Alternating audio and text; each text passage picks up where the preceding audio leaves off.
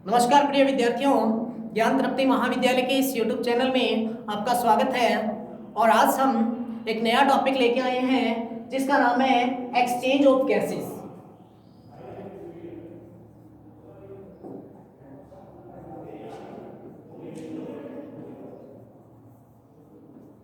Exchange of gases, गैसों का आदान प्रदान। इससे पहले टॉपिक में यानी इससे पहले वाले लेक्चर के अंदर हमने दो प्रोसेस की थी, एक थी इंस्पायरेशन और दूसरी थी एक्सपायरेशन।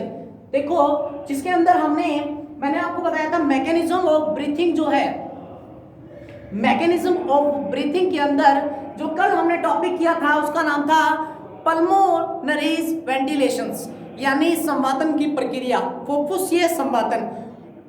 जो हमने कल किया था mechanism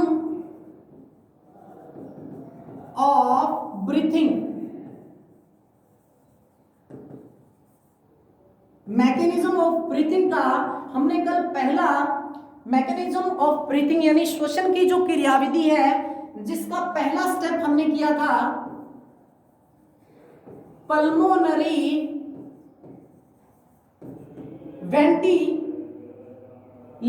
pulmonary ventilation, pulmonary ventilation को बोलते हैं फुफ्फुस में संवातन की प्रक्रिया, जिसको हम कहते हैं फुफ्फुसीय संवातन। पल्मोनरी वेंटिलेशन क्या था? वेंटिलेशन का मतलब होता है संवातन, और संवातन में क्या होता है? संवातन की प्रक्रिया यानी अगर हम ये कहें कि पल्मोनरी वेंटिलेशन जो होता है वो 2 स्टेप्स में कंप्लीट होता है, जिसमें सबसे पहला स्टेप है इंस्पिरेशन और सेकंड स्टेप जो था वो था एक्सपायरेशन। देखो, इंस्पिरेशन और एक्सपायरेशन मैंने आपको बताया था फुफ्फुस के अंदर यानी पल्मोनरी वेंटिलेशन क्या होता है, फुफ्फुसीय संवातन क्या होता है। इस प्रोसेस के अंदर क्या होता है, या तो बाहरी वायुमंडल से वायु को हमारे फेफड़ों के अंदर ग्रहण किया जाता है, या फिर जो बाहरी वायुमंडल के अंदर यानी कि सबसे पहला जो है इंस्पिरेशन, फुफ्फुस में संवातन की प्रक्रिया। हम जानते हैं कि हमारे लंग्स के अंदर बाहरी वायु जब प्रवेश करती है, बाहरी वायुमंडल या बाहरी एनवायरनमेंट से जो ऑक्सीजन गैस है या फिर हम कहें जो वायु है, जब वो हमारे फेफड़ों में प्रवेश करती है तो उस प्रक्रिया को हम क्या कहते हैं? इंस्पायरेशन। और दूसरा जो है एक्सपायरेशन, जिसको हम इंस्पिरेशन को कहते हैं निश्वसन।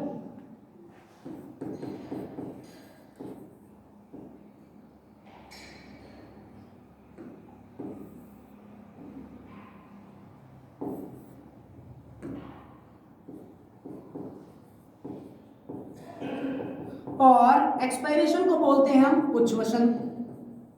मैंने आपको कल इस लेक्चर के बारे में यानी इससे पहले वाले लेक्चर के बारे में, इससे जो पहले लेक्चर हुआ था उसमें मैंने कंप्लीट बताया था कि इंस्पिरेशन और एक्सपायरेशन की प्रोसेस होती कैसे है, लेकिन फिर भी मैं एक बार रिपीट करता हूं ताकि हम नेक्स्ट टॉपिक को जो करें उसमें आपको थोड़ा हेल्पफुल हो। देखो, इंस्पिरेशन, हमारे फेफड़ों के अंदर वायु अंदर प्रवेश करती है और हमारे फेफड़ों से वायु को बाहर निकाला जाता है।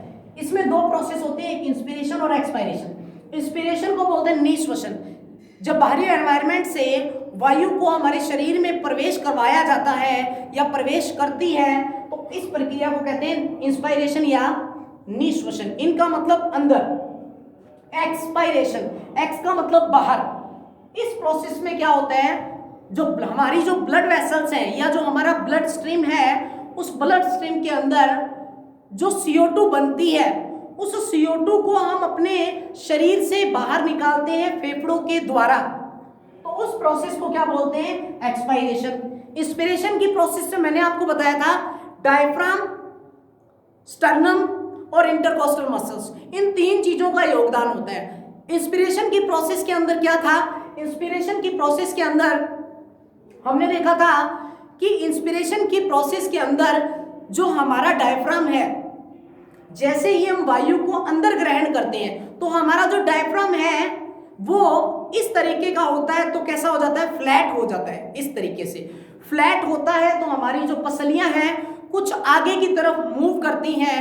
आगे की तरफ मूव करने के कारण स्टर्नम जो है वो कुछ आगे की ओर झुक जाता है। स्टर्नम आगे की तरफ जाएगा तो स्टर्नम और जो हमारी पसलियां हैं, इन दोनों के मध्य की जो कैविटी होती है उसको हम क्या कहते हैं, थोरेसिक कैविटी या वक्षगुहा।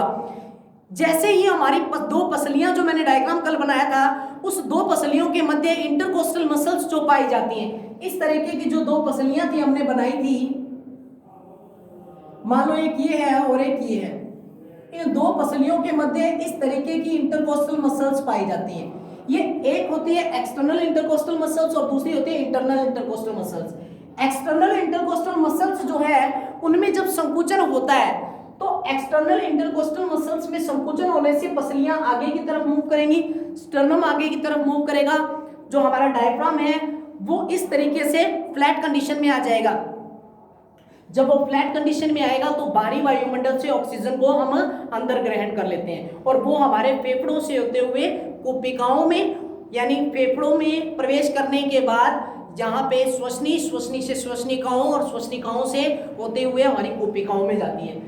इस दौरान इसको तो हम क्या कहते हैं, इंस्पिरेशन। एक्सपायरेशन की प्रोसेस में क्या होता है, एक्सपायरेशन की प्रोसेस में मैंने आपको बताया था हमारी जो एक्सटर्नल इंटरकोस्टल मसल्स जो होती हैं वो अपनी प्रारंभिक अवस्था में आ जाती हैं, यानी संकुचन के बाद शिथिलन की अवस्था आती है। शिथिलन की अवस्था के अंदर जो हमारी एक्सटर्नल इंटरकोस्टल मसल्स जो होती हैं वो शिथिलित होती हैं, अपनी प्रारंभिक अवस्था में आती हैं। जब वो अपनी प्रारंभिक अवस्था में आएंगी तो डायफ्राम क्या होगा, अपनी प्रारंभिक अवस्था में चला जाएगा, जो स्टर्नम है वो भी अपनी प्रारंभिक अवस्था में चला जाएगा और जो पसलियां हैं जो आगे की तरफ मूव कर रही थी वो भी अपनी प्रारंभिक कंडीशन में आ जाएंगी, जिस दौरान हमारे बॉडी के अंदर यानी ब्लड स्ट्रीम में जो CO2 है उसको हम बाहर की तरफ क्या करते हैं, मूव कर देते हैं। तो इस प्रोसेस को हम आगे लेके चलते हैं। तो हमारा पहला टॉपिक जो था पल्मोनरी वेंटिलेशन। पल्मोनरी वेंटिलेशन में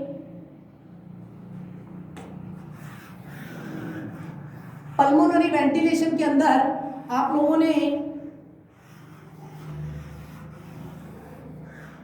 एक्सपायरेशन और इंस्पायरेशन दोनों के बारे में स्टडी की। अब हम बात करते हैं हमारा मैकेनिज्म ऑफ ब्रीथिंग का सेकंड टॉपिक जो है, जिसका नाम है एक्सचेंज ऑफ गैसेस।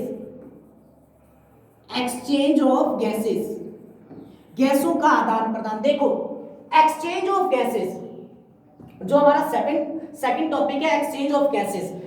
देखो गैसों का आदान प्रदान फेफड़ों की कोशिकाओं और ऊतकों में होता है, यानी हमारे जो हम बात कर रहे हैं एक्सचेंज ऑफ गैसेस की, इसके अंदर अगर मैं कहूं कि एक्सचेंज ऑफ गैसेस जो होती है, गैसों का जो आदान प्रदान है वो फेफड़ों की कोशिकाओं एवं ऊतकों में होता है। वायु कोशिका की वायु और फुफ्फुसीय कोशिकाओं के रुधिर के मध्य कोशिका की श्वसन झिल्ली में से विसरण द्वारा O2 एवं CO2 का आदान प्रदान होता है। इसको हम कैसे समझते हैं, देखो ये है हमारी, अगर मैं सीधा एक एल्वियोलाई यानी कोशिकाओं का डायग्राम बना रहा हूं, मैं कहता हूं ये है हमारी कोशिकाएं और ये है हमारा ब्लड, ये हमारी ब्लड वेसल्स। हमने क्या कहा कि जो ऑक्सीजन है, ऑक्सीजन गैस जो है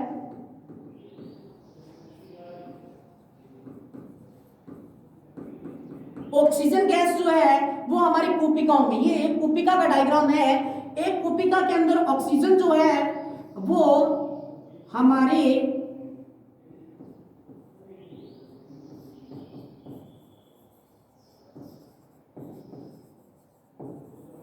ब्लड वेसल्स, ये है ब्लड वेसल्स। इसके अंदर क्या होता है कि हमारे फेफड़ों से होती हुई ऑक्सीजन जो है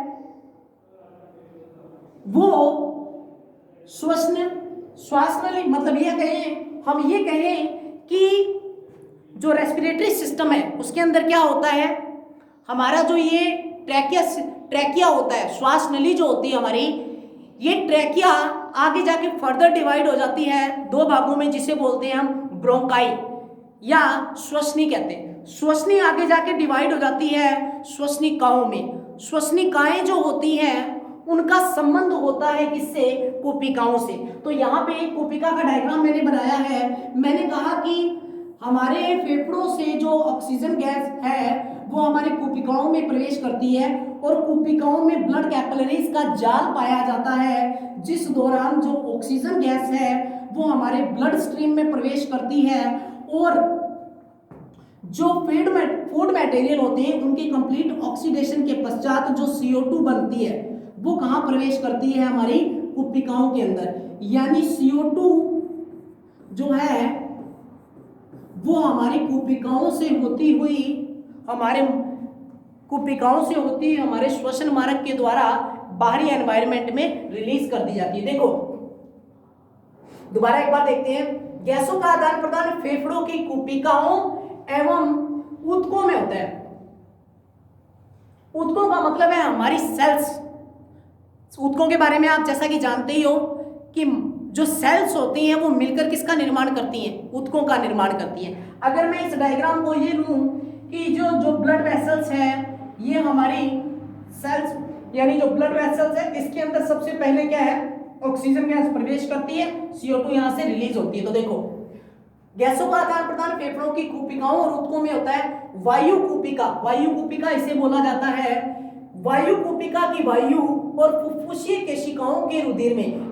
यहाँ पे केशिकाओं का मतलब है कैपिलरीज से, क्योंकि ब्लड वेसल्स जो होती है वो 3 प्रकार की होती है। नंबर 1 आर्टरीज जिसको हम बोलते हैं धमनी, दूसरी होती है यहाँ पे वेन्स, ये केशिका जो वर्ड है वेन्स को बोलते हैं हम शिरा, और तीसरी जो है वो होती है यहाँ पे कैपिलरीज। कैपिलरीज को हम बोलते हैं केशिकाएं। मैंने जैसे आपको बताया कि एल्वियोलाई के अंदर ब्लड कैपिलरीज का जाल पाया जाता है, जिस दौरान O2 जो है वो हमारे एल्वियोलाई से कैपिलरीज में प्रवेश करती है। देखो गैसों का आदान प्रदान फेफड़ों की कूपिकाओं और ऊतकों में होता है। वायु कूपिका की वायु और फुफ्फुसीय कोशिकाओं के रुधिर में, कूपिका की श्वसन झिल्ली में से। ये एल्वियोलाई है, इसकी ये झिल्ली है, इसकी ये क्या है? झिल्ली, यानी आउटर मेम्ब्रेन जो है ये इसकी क्या कहलाती है? ये इसकी यहाँ पे झिल्ली कहलाती है। कूपिका की श्वसन झिल्ली में से विसरण, यानी यहाँ पे जो प्रोसेस होती है वो किसके द्वारा हो रही है? डिफ्यूजन यानी विसरण की प्रक्रिया के द्वारा हो रही है। अब विसरण क्या होता है?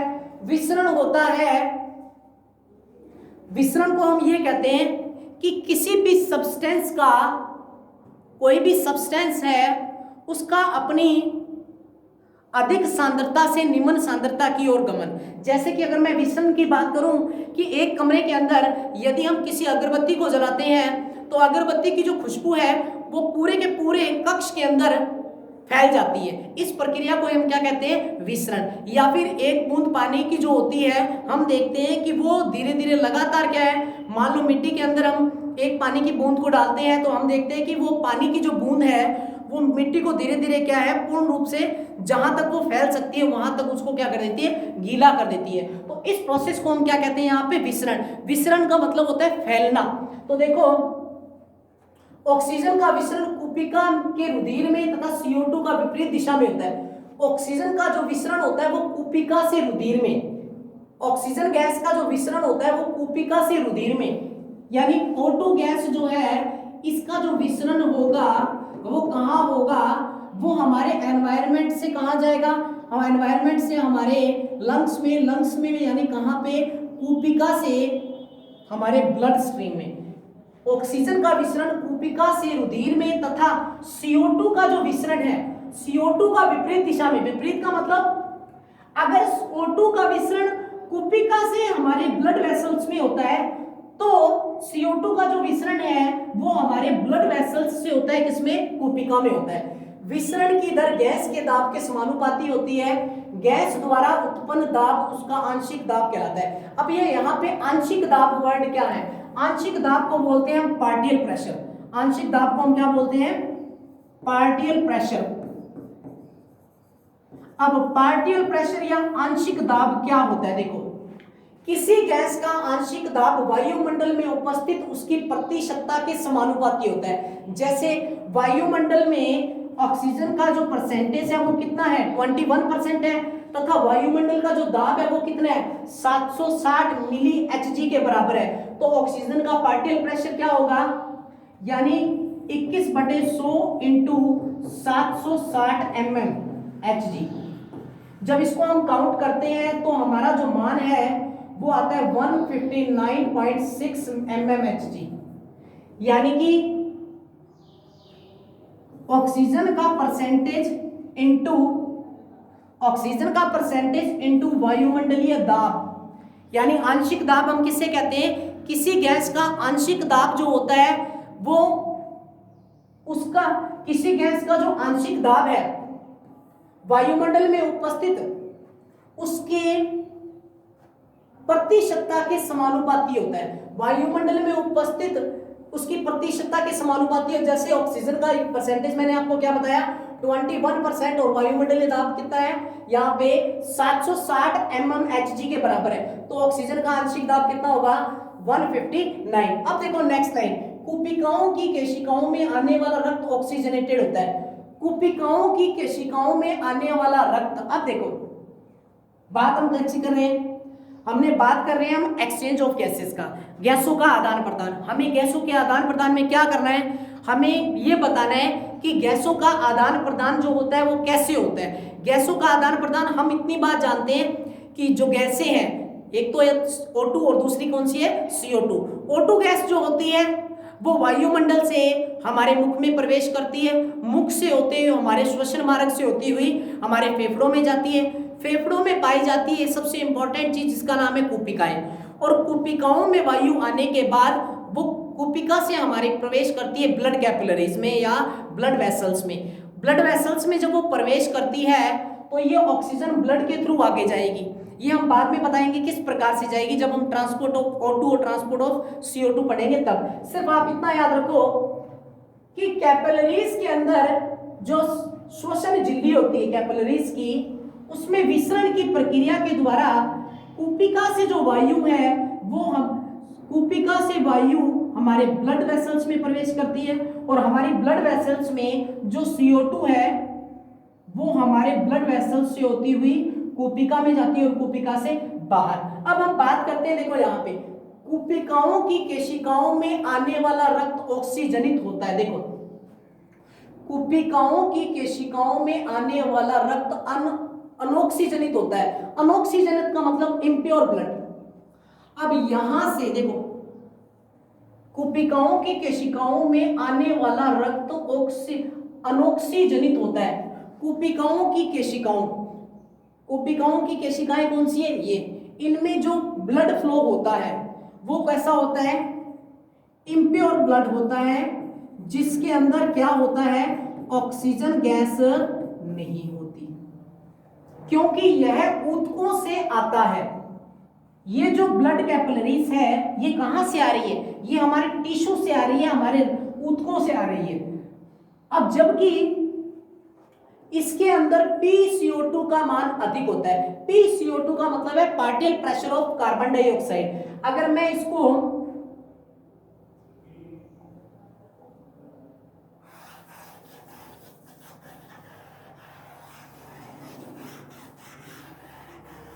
देखो, अगर मैं कहता हूं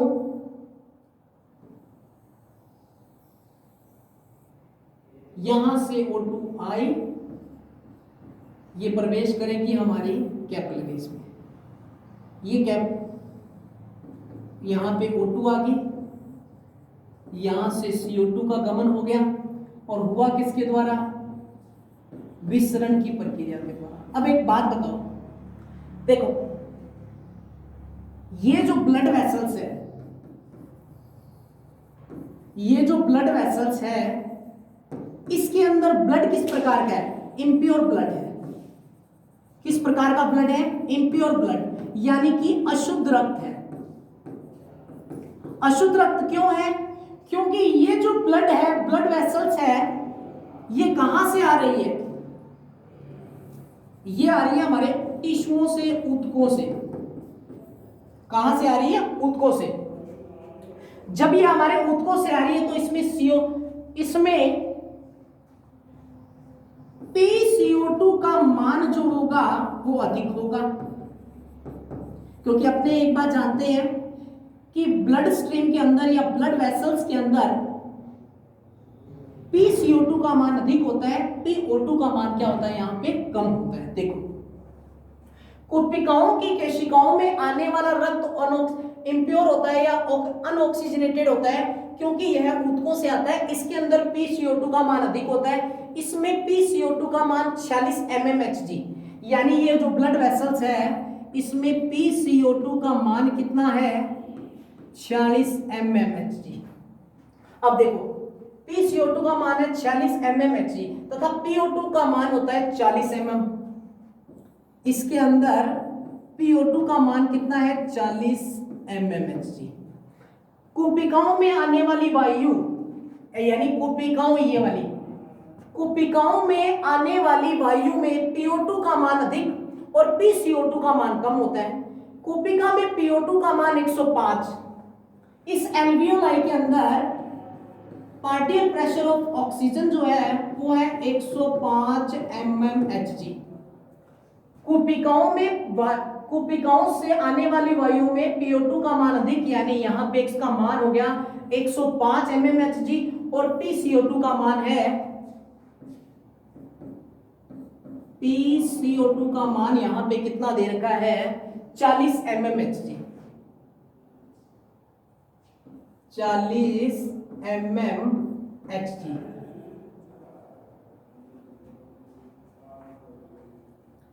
के बराबर होता है। श्वसन झिल्ली के दोनों ओर उपस्थित गैसों के आंशिक दाब में अंतर होने के कारण, इसको मैं आपको इस तरीके से समझाता हूं, इसको मैं दोबारा इरेज कर देता हूं ताकि आपको ज्यादा बेटर समझ में आए। देखो, अपने कहते हैं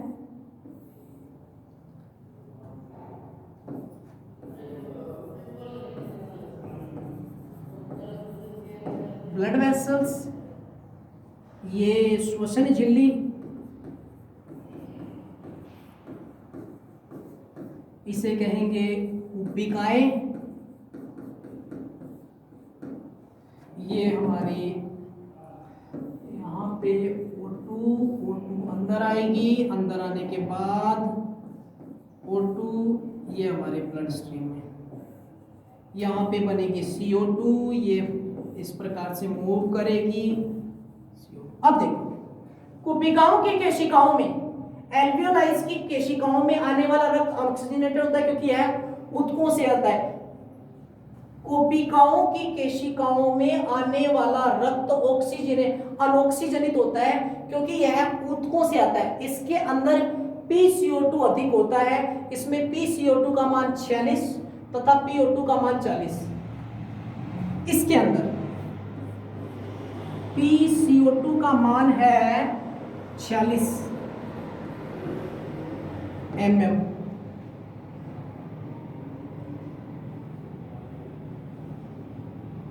कोशिकाओं की केशिकाओं में आने वाला रक्त अनऑक्सीजनित होता है, यहाँ ऊतकों से PO2 का मान इसमें अधिक होता है। PCO2 का मान 46 और PO2 का मान 40 mm। अब देखो, कोशिकाओं से आने वाली वायु में PO2 का मान अधिक, ये कोशिका है, इसमें भी PCO2 और इसमें भी PO2। इसमें PO2 का मान 105 mmHg और PCO2 का मान 40 mmHg।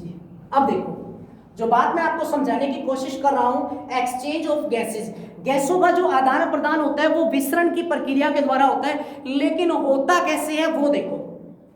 ये कहता है कि कोशिकाओं की केशिकाओं में आने वाला रक्त अनऑक्सीजनित होता है क्योंकि यह ऊतकों से आता है। ये जो है ये कैपिलरीज है, इस कैपिलरीज के अंदर जो ब्लड का सर्कुलेशन हो रहा है, जो ब्लड फ्लो हो रहा है, उसमें PCO2 का मान है 46 mmHg और यानी PCO2 का मतलब है particle pressure of carbon dioxide. इसका आंशिक दाब जो कार्बन डाइऑक्साइड का आंशिक दाब इस ब्लड कैपिलरीज के अंदर है 46। इस ब्लड कैपिलरीज के अंदर पार्टिकल प्रेशर ऑफ ऑक्सीजन का जो आंशिक दाब है वो 40। अब देखो कोशिकाओं से आने वाली वायु में PO2 का मान अधिक, इसमें PO2 का मान है 40 और PCO2 का मान 40 और PO2 का मान 105 mmHg। अब देखो श्वसन झिल्ली के दोनों और उपस्थित गैसों के आंशिक दाब में अंतर होने के कारण इन दोनों में डिफरेंस है। कैसे? श्वसनीय कला, जो श्वसनीय कला मतलब श्वसन झिल्ली जो है के पार गैसों का विसरण हो जाता है। कैसे? देखो इसमें PO2 का PCO2 का मान 46, इसमें मान कितना है PCO2 का? यहाँ पे इसका मान particle pressure of carbon dioxide. आप दो चीजों को लो, या एक तो ये ब्लड कैपिलरीज ले लो और एक ले लो, एक तो ये ब्लड कैपिलरीज और एक ये एल्वियोलाई। इन दोनों में से particle pressure of carbon dioxide किसका ज्यादा है, इसका या इसका? नॉर्मल सी बात है, किसका? ब्लड वेसल्स का। तो कार्बन डाइऑक्साइड कहां मूव करेगी? कार्बन डाइऑक्साइड मूव करेगी ब्लड कैपिलरी से एल्वियोलाई में। अब बात करते हैं पार्टिकल प्रेशर ऑफ ऑक्सीजन की। यहां पे मान कितना है? 105। यहां पे मान कितना है? 40। कहां मूव करेगी ऑक्सीजन? इधर से ब्लड वेसल्स के अंदर। नेक्स्ट देखो, हमने कहा कि PO2 40 mmHg और रुधिर में 46 mmHg, तो CO2 का विसरण कूपिका में हो जाता है। CO2 का जो विसरण है वो कूपिका में चला, यानी CO2 जो है वो हमारे ब्लड वेसल से जाती है, किसमें? कूपिका में। और कूपिका से जो ऑक्सीजन है वो कहां प्रवेश करती है? हमारे ब्लड कैपिलरीज में। इस प्रकार फेफड़ों से ऊतकों में जाने वाले रुधिर में पार्टिकल प्रेशर ऑफ यानी PO2 105 mmHg तथा 40 mmHg के स्तर का होता है। ऊतकों में लगातार O2 का उपभोग और CO2 का उत्पादन होता है। इसी डायग्राम को हम दोबारा बनाते हैं यहाँ पे, क्योंकि इसी डायग्राम की महत्वपूर्ण भूमिका यहाँ पे है। हम कहते हैं यहाँ पे ये हमारी ब्लड वेसल्स और यहाँ पे ऊतकों में लगातार O2 का उपभोग। O2 यहां से आई, हमारे ब्लड स्ट्रीम में गई, ब्लड स्ट्रीम से हमारे टिश्यू तक पहुंच गई। ओके, ऊतकों से लगातार ऑक्सीजन का उपभोग, क्योंकि मैंने आपको बताया था जो ब्लड वेसल्स होती है, जो हमारा ब्लड होता है, ब्लड के अंदर WBC, RBC और प्लेटलेट्स पाई जाती है। लेकिन हमारे ब्लड के अंदर जो ब्लड कॉर्पल्स है आरबीसी में क्या पाया जाता है? आरबीसी में पाया जाता है हीमोग्लोबिन। क्या पाया जाता है? हीमोग्लोबिन पाया जाता है। हीमोग्लोबिन ऑक्सीजन के साथ जुड़कर एक अस्थायी कॉम्प्लेक्स बनाता है जिसका नाम क्या है? Oxy haemoglobin. अब देखो, ऊतकों में लगातार ऑक्सीजन का उपभोग, क्योंकि हमारे जो टिश्यू हैं उनको फूड मटेरियल का कंप्लीट ऑक्सीडेशन के लिए किसकी आवश्यकता है? ऑक्सीजन की। और CO2 जो है, CO2 कैसे बनेगी? फूड मटेरियल का कंप्लीट ऑक्सीडेशन होगा, ऑक्सीकरण की प्रक्रिया होगी तो क्या बनता है? CO2 बनती है और CO2 का उत्पादन होता है। इसलिए ऊतकों से आने वाले ऑक्सीजनित रुधिर की तुलना में कोशिकाओं एवं ऊतकों के अंदर PO2 का मान कम तथा PCO2 का मान अधिक होता है। फलस्वरूप O2 का विसरण रुधिर से केशिकाओं तथा CO2 का विसरण केशिकाओं से रुधिर में हो जाता है। इस प्रकार जैसे जैसे रुधिर ऊतकों की कोशिकाओं में बहता है उसमें PO2 का मान कम हो जाता है और PCO2 का मान बढ़ता जाता है। यह अनऑक्सीजनित रुधिर पुनः फेफड़ों में लाया जाता है, जिसे क्या किया जाता है? ऑक्सीजनेटेड किया जाता है। अब तीसरा देखो, यहाँ पे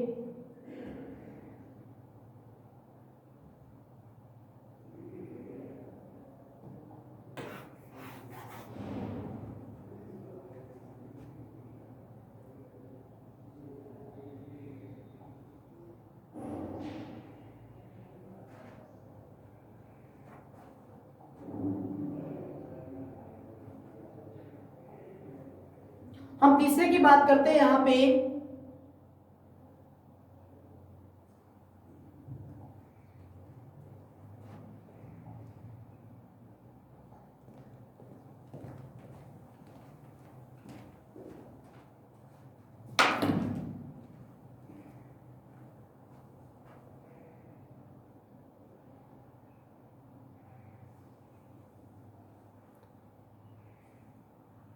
देखो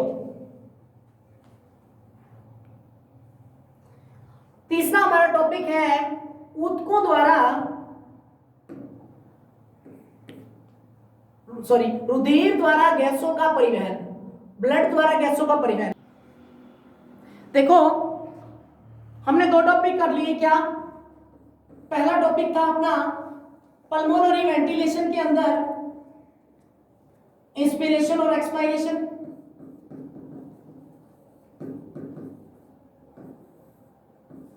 यानी कि मैं ये कहूंगा कि आपने जो मैकेनिज्म ऑफ ब्रीथिंग है उसके अंदर पहला टॉपिक जो था पल्मोनरी वेंटिलेशन, फुफ्फुसीय संवातन की प्रक्रिया, उसमें इंस्पिरेशन एक्सपायरेशन हो गया। दूसरा है exchange of gases, exchange of, यानी कि आप ये समझ लो कि मैकेनिज्म ऑफ ब्रीथिंग जो है, श्वसन की जो क्रियाविधि है, उसका पहला स्टेप क्या था? उसका पहला स्टेप था पल्मोनरी वेंटिलेशन, जिसको हम कहते हैं फुफ्फुसीय संवातन। फुफ्फुस में जो संवातन की प्रक्रिया होती है वो दो कारणों से होती है, एक इंस्पिरेशन और दूसरी एक्सपायरेशन। इंस्पिरेशन और एक्सपायरेशन, एक निश्वसन और दूसरा उच्छ्वसन। निश्वसन और उच्छ्वसन के बाद हमने दूसरा टॉपिक किया क्या? Exchange of gases. Exchange of gases जो है, गैसों का जो आदान प्रदान है, अगर अपने एक शॉर्ट वे में कहें तो हम क्या कहेंगे? गैसों का जो आदान प्रदान है वो किसके कारण होता है? विसरण की प्रक्रिया के द्वारा। और विसरण की प्रक्रिया क्या होती है? विसरण की प्रक्रिया के अंदर जो पार्टिकल प्रेशर है, यानी किसी भी चीज का पार्टिकल प्रेशर ऑफ गैस, यानी गैसों का आंशिक दाब, गैसों का आंशिक दाब जहां पे ज्यादा होगा वहां से कोई चीज मूव करेगी कम की ओर। हमने एल्वियोलाई और ब्लड वेसल्स का डायग्राम बनाया। एल्वियोलाई और ब्लड वेसल्स में हमने क्या देखा कि कोशिकाओं के अंदर जो पार्टिकल प्रेशर PO2 का मान जो है वो ज्यादा होता है, जबकि ब्लड वेसल्स के अंदर PO2 का मान क्या होता है? कम। इसी प्रकार PCO2 का मान ब्लड वेसल्स में ज्यादा होता है, और ब्लड जो हमारी एल्वियोलाई है उसके अंदर PCO2 का मान क्या होता है? कम। तो देखो जहां पे मान कम है वहीं हर चीज मूव करेगी। कुपिका के अंदर PO2 का मान है 105, जबकि कैपिलरीज यानी ब्लड कैपिलरीज जो है उसके अंदर PO2 का मान है का कितना? 40। तो ऑक्सीजन गैस जो है वो मूव कर जाएगी कहां पे? हमारी कैपिलरीज के अंदर। और अगर बात करें हम किसकी? PCO2 की, तो कैपिलरीज के अंदर PO2 का मान अधिक है, PCO2 का मान अधिक है, जबकि कुपिका के अंदर PCO2 का मान क्या है? कम। तो जो कार्बन डाइऑक्साइड गैस है वो मूव करेगी कहां? कैपिलरीज से एल्वियोलाई में, यानी कोशिकाओं से जो हमारी केशिकाएं हैं या ब्लड वेसल्स जो होती हैं उनसे मूव करेगा कहां? एल्वियोलाई में या कोशिकाओं में। इसमें हमने ये था हमारा part exchange of gases. Third topic है हमारा रुधिर द्वारा गैसों का परिवहन, ट्रांसपोर्ट ऑफ गैसेस विया ब्लड। अब आप लोगों को इतनी बात पता लगी कि यहां पे ये ब्लड है, हमें एक ही डायग्राम को बार बार फॉलो करना है क्योंकि इसी डायग्राम के थ्रू हम इस चीज को समझ सकते हैं। रुधिर द्वारा गैसों का परिवहन, देखो ऑक्सीजन एवं कार्बन डाइऑक्साइड दोनों ही गैसों का परिवहन रक्ताणु को हम बोलते हैं आरबीसी। आरबीसी में उपस्थित हीमोग्लोबिन के साथ रासायनिक बंध द्वारा होता है। मतलब कि हमारा जो ब्लड है, मैं आपको ब्लड जो है उसका निर्माण कितने भागों से मिलकर होता है? दो भागों से। एक तो क्या होता है? प्लाज्मा, और दूसरा क्या होता है? ब्लड कॉर्पल्स, रक्त कणिकाएं। प्लाज्मा जो होता है वो रक्त का कौन सा भाग होता है? तरल भाग होता है, और कणिकाएं जो है वो 3 प्रकार की होती हैं, आरबीसी, डब्ल्यूबीसी और तीसरा होता है प्लेटलेट्स। देखो ब्लड जो होता है उसका निर्माण 2 भागों से मिलकर होता है। प्लाज्मा जो होता है वो उसका तरल भाग है, कितने प्रतिशत भाग बना रहा है 55, ये कितने प्रतिशत भाग बना रहा है 45। अब आपको एक बात याद रखनी है कि आरबीसी को बोलते हैं रक्ताणु। रक्ताणु के अंदर क्या पाया जाता है, हीमोग्लोबिन। हीमोग्लोबिन उसी चीज के बारे में हम यहां डिस्कस करेंगे कि हीमोग्लोबिन जो है वो किस प्रकार से जो आपके ब्लड में ऑक्सीजन आई है उसके साथ अटैच होकर ऑक्सी हीमोग्लोबिन बनाता है। देखो ऑक्सीजन और कार्बन डाइऑक्साइड दोनों का ही गैसों का परिवहन रक्ताणु मैंने बताया आरबीसी को कहते हैं में उपस्थित। आरबीसी में क्या पाया जाता है, हीमोग्लोबिन के साथ एक रासायनिक बंध द्वारा होता है, जिसमें सबसे पहले आपको दे रखा है O2 का परिवहन, ऑक्सीजन का परिवहन। देखो O2 गैस जो है, ऑक्सीजन गैस की अगर हम बात करें, केवल 3% ऑक्सीजन कोशिकाओं एवं प्लाज्मा के जल में घुलित रूप में परिवहित होती है। मतलब कि ऑक्सीजन गैस का 3% भाग तो किसमें घुल जाता है, प्लाज्मा के अंदर। बाकी बचा कितना, 97% भाग।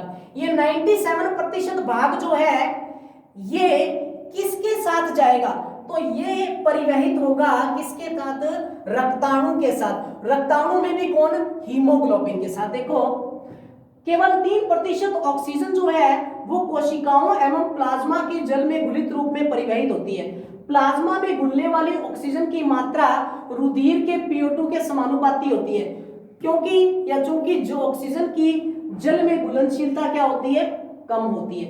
ऑक्सीजन की जल में घुलनशीलता कम होती है। मैंने इससे पहले भी आपको बताया कि जो प्लाज्मा वाला भाग होता है ये तरल भाग होता है, जिस कारण ऑक्सीजन का इसमें पूर्ण रूप से गमन नहीं हो पाता, या ऑक्सीजन गैस जो है प्लाज्मा वाले भाग में यानी तरल वाले भाग में पूर्ण रूप से नहीं घुल पाती।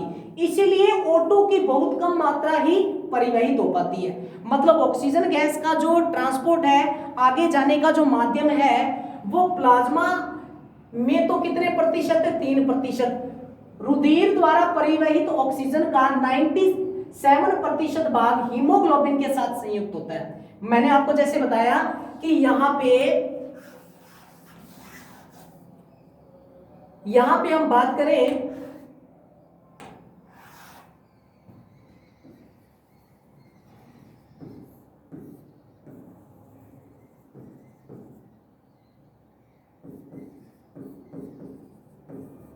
कॉर्पल्स का मतलब है कणिकाएं, और प्लाज्मा जो है वो इसका तरल भाग है। एक बात याद रखना कि ब्लड जो है उसका निर्माण 2 भागों से मिलकर होता है, एक तो प्लाज्मा और दूसरा मैंने क्या बताया, कॉर्पल्स।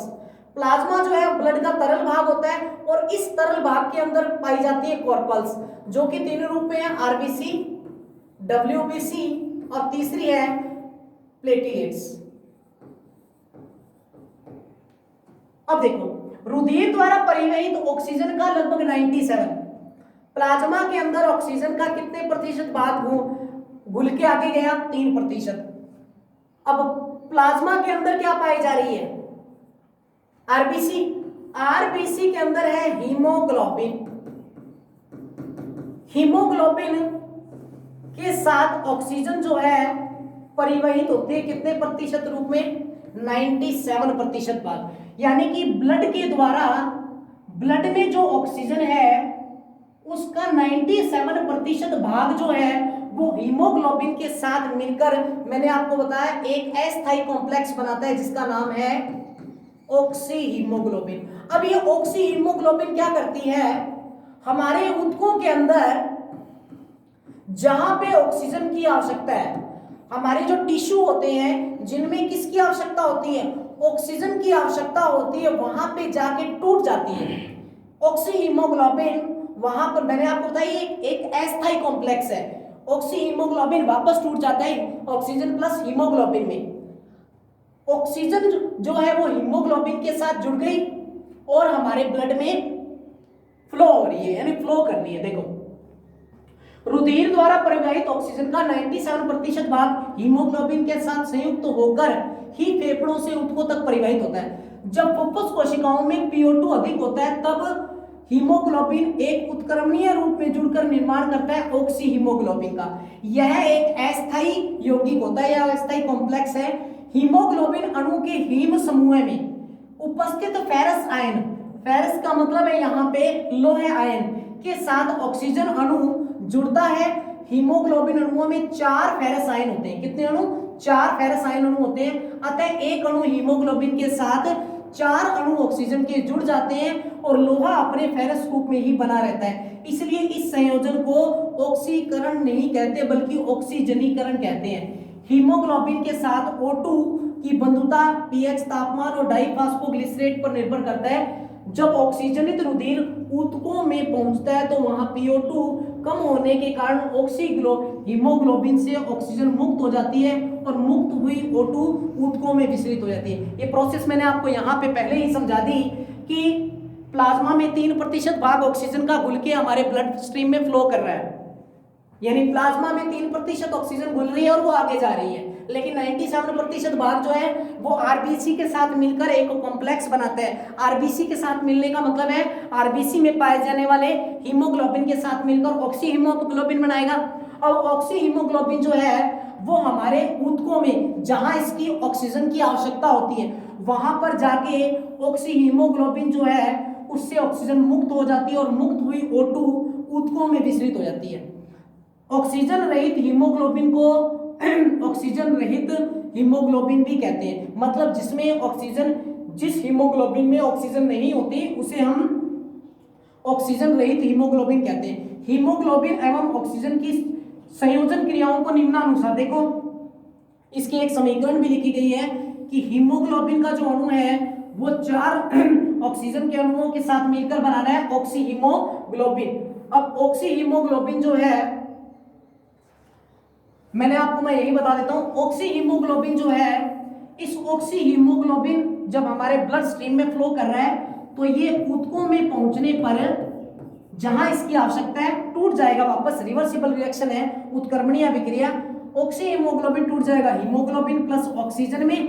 हीमोग्लोबिन हमारे ब्लड स्ट्रीम में फ्लो करेगा, ऑक्सीजन की जरूरत जहां है वहां इसे प्रोवाइड कर दी जाएगी। तो ये है आपका टॉपिक, रुधिर द्वारा गैसों का परिवहन यानी ट्रांसपोर्ट ऑफ गैसेस विया ब्लड। आज हमने 2 टॉपिक किए हैं, एक है एक्सचेंज ऑफ गैसेस, गैसों का आदान प्रदान, और दूसरा है ट्रांसपोर्ट ऑफ गैसेस विया ब्लड। अगर किसी भी प्रकार की इसमें आपको कमी नजर आती है तो प्लीज कमेंट बॉक्स में मुझे बताएं ताकि इस वीडियो क्वालिटी के अंदर कुछ और अच्छा सुधार किया जा सके या फिर इस लेक्चर के अंदर और अच्छा सुधार किया जा सके। धन्यवाद।